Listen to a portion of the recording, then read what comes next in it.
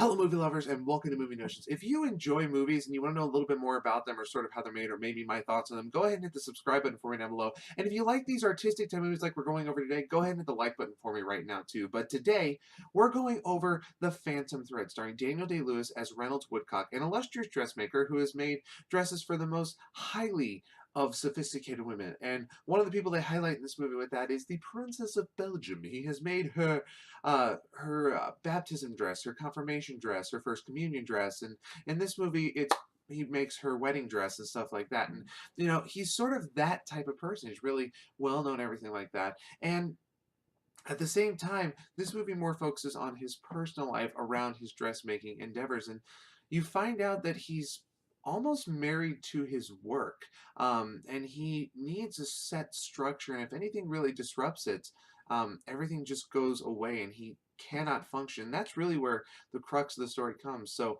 after that, we get to the actual conflict of the story, which is he meets this woman.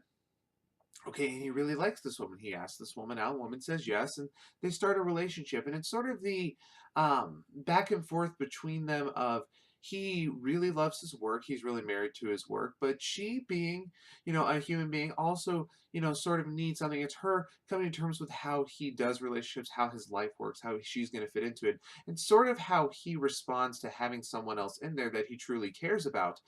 But at the same time, he can't really express what he wants to in these relationships. And it's really an interesting dynamic of how that works. And they sort of spend the whole movie coming up with how they can do this and still live their lives the way they want to.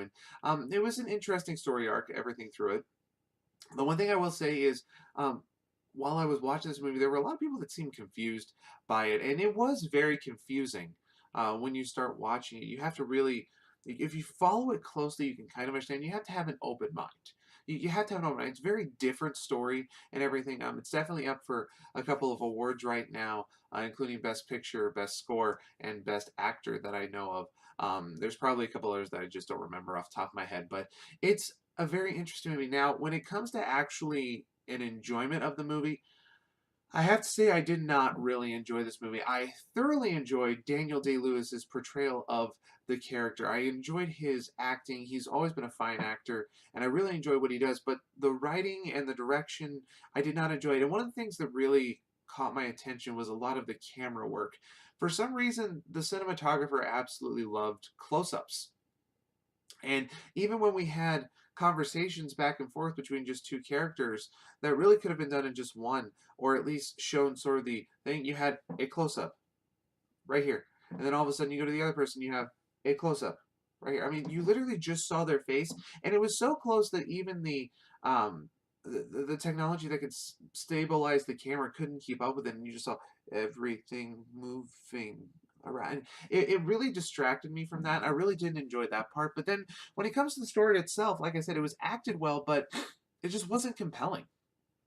Okay, I didn't feel invested with all the characters completely. It more just felt like, oh, this guy's kind of a jerk. I mean, I understand he's got his personality quirks, but he's kind of a jerk. And it's something I did not thoroughly enjoy. Was it a good movie? I'm gonna give it an A. I thought it was a very well written movie. I thought it was acted well. I just don't really like the way it was. Was it entertaining? No. I was not entertained at all by this movie. There was a couple things here or there that maybe caught my interest, as in, a line here or maybe interaction here, but overall the movie just was not very interesting. What I recommend in theaters, if you're into the fashion design industry or you like these sort of um, abnormal uh, love stories or sort of quirky type love stories, then it's probably for you. But if you're a guy like me who likes just a really good story, really entertaining story that wants to escape from the world, then this movie's not exactly for you. I'd catch it on probably a second run or even rent it afterwards. But what I recommend, or what age would I recommend it? This is a very hard movie to follow. There's really nothing bad.